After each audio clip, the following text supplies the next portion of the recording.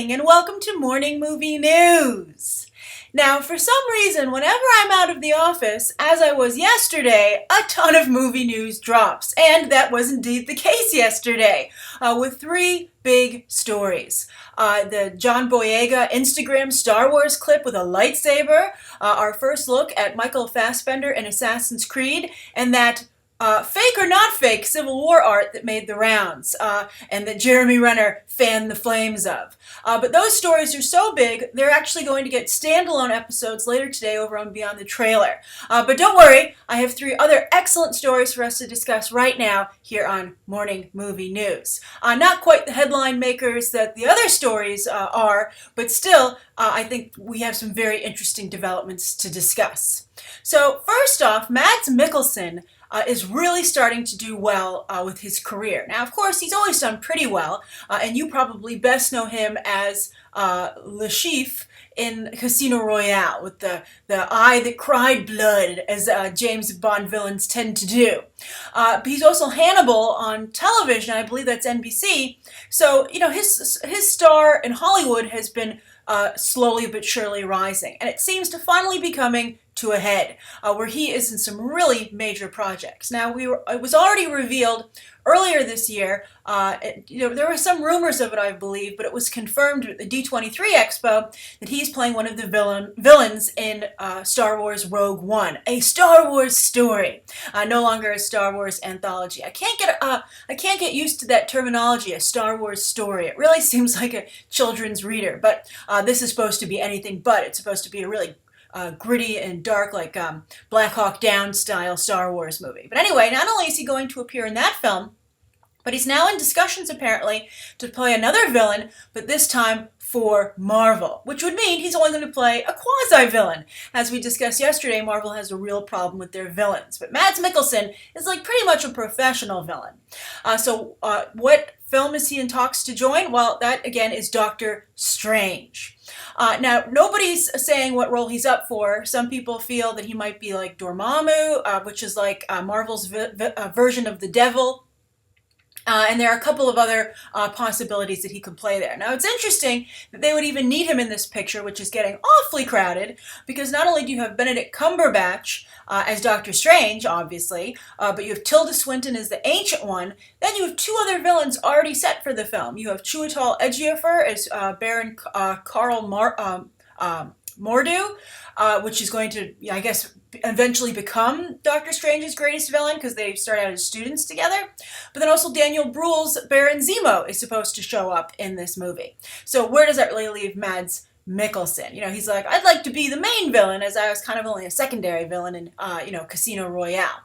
But I have to say, I've really come to like Mads Mikkelsen because I recently saw him in The Salvation when it was, it first came online with iTunes. I actually reviewed the trailer for that movie, and it's a European Western, which I thought was fascinating. It was even filmed in South Africa, actually. They never even stepped foot on the American continent, and they made a very convincing Western indeed. And it stars a bunch of Europeans, and then they shipped in Jeffrey Dean Morgan to add some American authenticity to the film. It's a pretty typical standard Western with a beginning that anyone can see coming, apparently, except Mads Mikkelsen's character. It's like, why did you stay in that stagecoach? It's ridiculous. Anyone else would have gotten out. But then I guess there would be no movie. But they could have thought of a different movie. But he's very good in it, and he plays the hero. And I think he was actually very compelling as the hero. So I'd like to see Mads Mikkelsen, it's a little bit like what we talked about earlier this week with German actors always having to play Nazis. And sure enough, here's Daniel Bruhl, who we were discussing. This is one of his Nazi roles. He's a Marvel Nazi. But Mads Mikkelsen also, it would be nice to see him get the opportunity to save the day for once, because he was pretty darn good at it. So I wouldn't say go out of your way to watch The Salvation, but it's a pretty slow time right now in terms of the entertainment that's available, because all the summer TV shows have wrapped up and there aren't a lot of movies playing. So if you're looking for something to stream, I think that you could do a lot worse than The Salvation. Not the best recommendation, but a recommendation nonetheless. So I'm curious, are you a Mads Mikkelsen fan? What do you think of him getting all these high-profile projects? Do you think he's a good match with both of them? And what do you think? Would you like to see him get a chance to play the hero. So that's the first story of the day. Now, the second story of the day is that it's been confirmed that Prometheus 2 is Ridley Scott's next movie. And he's not just saying that, he's already scouting locations, because they're doing press for The Martian right now, also a Ridley Scott movie, obviously. And so, of course, what he's working on next comes up. So the rumor is a little bit that it's going to be Noomi Rapace and Michael Fassbender's head looking for, that society that was introduced in the first film, which I think is a huge mistake. I much prefer the other rumor that was floating around a while back, that it was going to be a movie about a bunch of Davids, right? Because he's a robot, Michael Fassbender's character. So, like that wonderful ad that they had to promote the movie, where they had like a fake ad for the David robot. That was way better than the movie itself, and the best parts of the movie were the ones where Michael Fassbender was on screen. So I think that doing that kind of a movie sounds much more compelling to me than, Noomi Rapace, pulling a Hamlet with Michael Fassbender's head. But I'm curious, are you excited for Prometheus 2? I mean, this kind of seems like a movie that nobody really wants. I mean, everybody loves the Alien franchise, but Neil Blomkamp's supposed to be carrying that on from the other end. These are prequels, and he wants to make another sequel.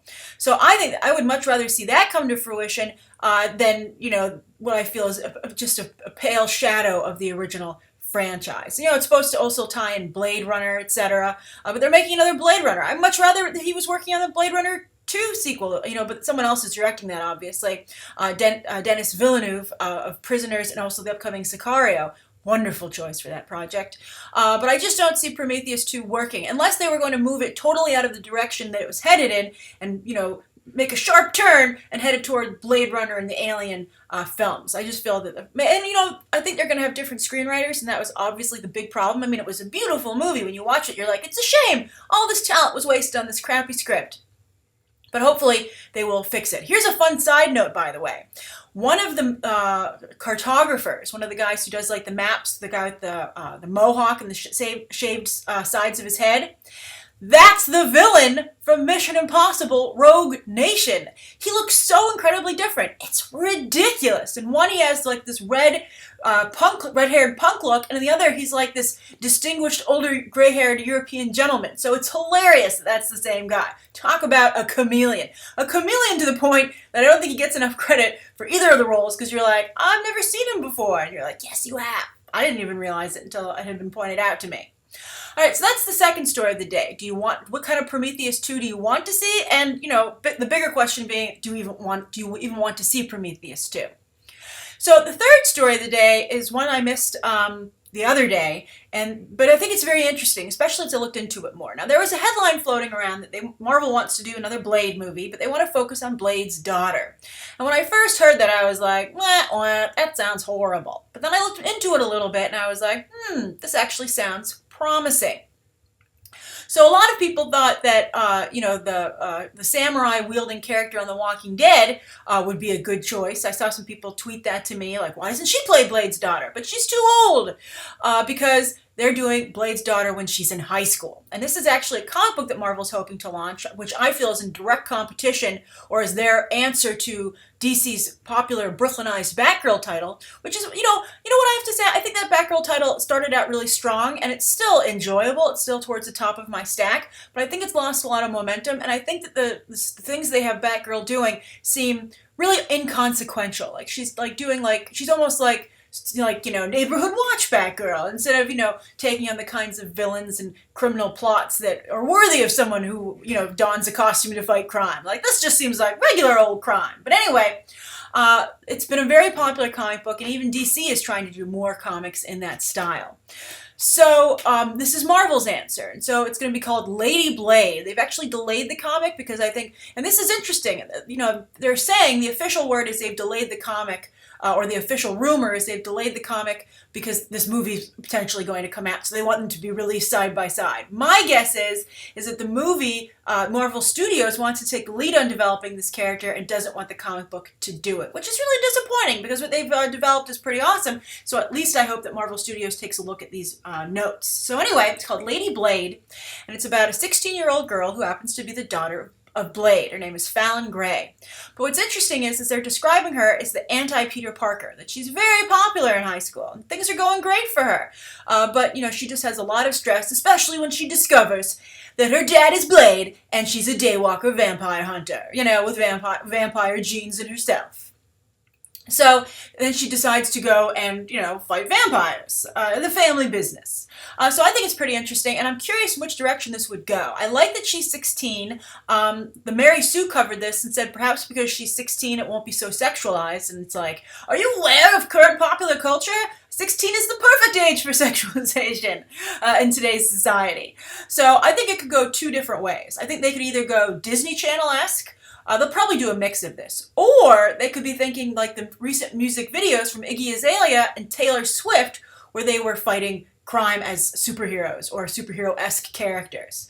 So I think that's those are the two ways you could go. But it also potentially seems like something that maybe should be a TV show, because of course all the Marvel Knights characters are going to Netflix, and Blade, in the comics at least, is considered a Marvel Knights character, alongside Daredevil, Punisher, Luke Cage, Iron Fist. Those are all under the Marvel Knights imprint, which has worked very well, and I think that Blade would, to me, make a little bit more sense in that arena, but we'll see. It brings in diversity both in terms of ethnicity and gender, but, none of that matters if it isn't done well.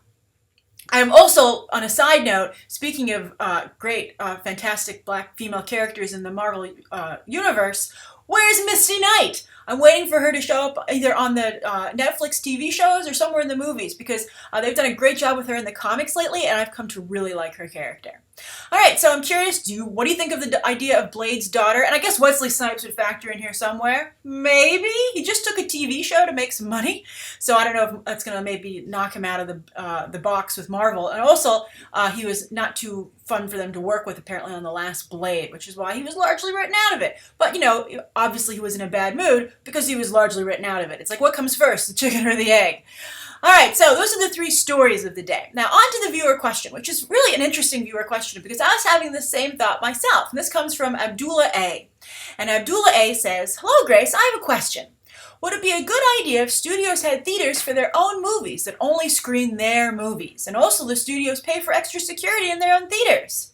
Every movie studio has its hits and misses, so it wouldn't necessarily mean one theater from a movie studio would go bankrupt. Also, if that idea happens, would that mean that the studios would get more than half of the percentage of the profits? The movie theaters could design the theater filled with characters from their famous brands, and that would get the audience's appeal. Good, you're a good business person, Abdullah. These are cool ideas, but there's one problem which we're going to discuss. So Abdullah continues saying, for example, how awesome would it be for Star Wars fans if Disney had its own movie theater and that it decorated with Star Wars theme and people could go there and have a nice experience watching Star Wars Episode 7, and it will also be safe because of extra security. Thanks for the videos and keep it up. Thank you, Abdullah. You and I are on the same page, the same wavelength, because I too was thinking this the other day. I was like, man, I bet the studios would make more of an effort with their theaters because the ones I go to are filthy and poorly maintained. And also they don't make anybody be quiet, and turn off their phone. Why is there no ArcLight in New York City? But anyway, also Alamo Drafthouse. Those are like the two premier movie theater chains that do a fantastic job, but they're not here. But anyway, this is a very interesting situation, and here's where the problem comes from. Well, here's an interesting fact, by the way. Back in the day, like really back in the day, the studios did used to own the movie theaters, but the government decided that that was too much of a monopoly and they couldn't own both the product and the means to distribute that product. It's like Coca-Cola having its own, soda fountain stores, which they have like one store in Atlanta if you go to visit their offices, but, that's obviously more of a promotional thing. But, the Disney store, sells their own products, but for some reason, the government was like, no, you can't do this. But here's where the real problem comes in. Studios just don't release enough movies to fill a theater to make enough to turn enough of a profit. That's the real problem. And a theater is very expensive, especially what you're talking about doing, Abdullah. That's a big investment. They give like cardboard standees that get ripped up and have mustaches drawn on them. But anyway, I think it would be a great idea. I think it's a really wonderful idea. And I would love to see that kind of theme park quality. But it's very expensive, and instead I think they're obviously trying to actually just develop theme parks. But here's the real problem. As I was saying, movie studios don't have deep enough slates to support a movie theater which could be attended every weekend. Here's why. Like, let's take, for instance, Paramount. What's Paramount's slate this year? Well, they started out with Project Almanac, which came out, hold on, let me see here, I have the list here, which came out in January, the end of January of this year. Then, just a few weeks later, they had the SpongeBob movie come out, so that's good. And then later that month, Hot Tub Time Machine 2, which would have meant that the Paramount movie theater would have been empty. But then they didn't have another movie come out until July, so that's February to July, with no new product for that movie theater if they had one. And that was Terminator Genesis, which also didn't do so hot here in the United States, doing very well overseas. But then also at the end of the month, at the end of July, they had Mission Impossible Rogue Nation. And then what they have coming up left for the year is they have Captive, that movie with Kate Mara and David Oyelowo, which is very small. Then they have Paranormal Activity, The Ghost Dimension, and then Scout's Guide to the Zombie Apocalypse. I don't think that's enough to fill a theater. Then they have something called Rings, and then finally Daddy's Home in December, which is that Mark Wahlberg, Will Ferrell film. So they really only have enough to have like a one-theater house. And I just don't think that would be worth their time and investment. They'd also not only have to have like a prestige theater, but they'd have to have one across the country in different cities to make sure that these movies got the kind of saturation that they needed so that people could go and see them if they wanted to. Although it doesn't seem like a lot of people want to see Paramount's slate of movies. But anyway, that's the real issue, that they're just, they have to pool their product together in order to fill a movie theater, especially now that we have multiplexes. When studios originally owned the theaters, they did own just like a theater that was one screen. But that's not the situation anymore. And also people want IMAX, they want D-Box, they have the 3D, and I think that it's just not financially viable for them to own their own theaters. They could and also everybody would just go to the Disney or Universal theater. Warner Brothers would probably do okay.